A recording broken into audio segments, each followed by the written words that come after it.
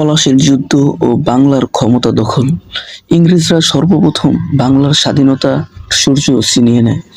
ক্রমান্বয়ে এক কেন্দ্র করে গোটা ভারতবর্ষে তাদের আধিপত্য বিস্তার করতে সক্ষম হয়। এদেশের স্বাধীনতা সূর্য ছিনিয়ে নেওয়ার জন্য তারা যে ঘৃণ্য কৌশল অবলম্বন করেছিল তা অত্যন্ত দুঃখজনক।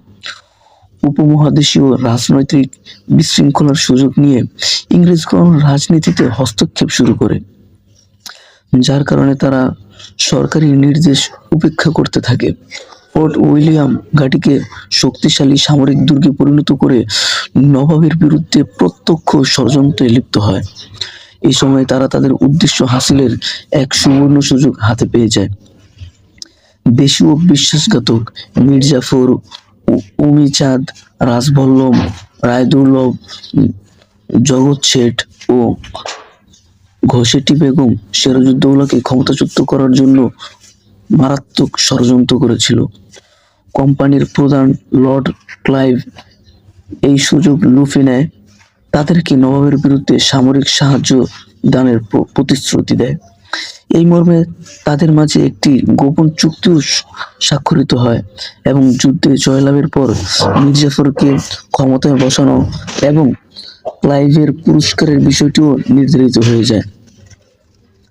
1756 সালে নবাব সিরাজউদ্দৌলা বাংলা, বিহার, উড়িষ্যায় ক্ষমতা লাভ করেন।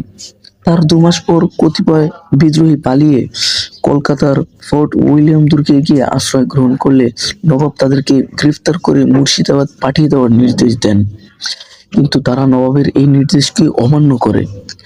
বাংলার নবাব সিরাজউদ্দৌলা তাদের এই ঔদ্ধত্যপূর্ণ আচরণের ভীষণ ক্ষুব্ধ হন এবং কলকাতা আক্রমণ করে ফোর্ট উইলিয়াম দুর্গ দখল করে নেন। পরে ইংরেজ সেনাপতি লর্ড ক্লাইভ কলকাতায় দুর্গ পুনর্দখল করে বাংলার রাজধানী মুর্শিদাবাদ আক্রমণের জন্য অগ্রসর হন। ফলে 1757 সালের 23শে জুন পলাশীর আক্রমণে ইংরেজ বাহিনীর সাথে নবাব সিরাজউদ্দৌলার প্রচন্ড যুদ্ধ হয়।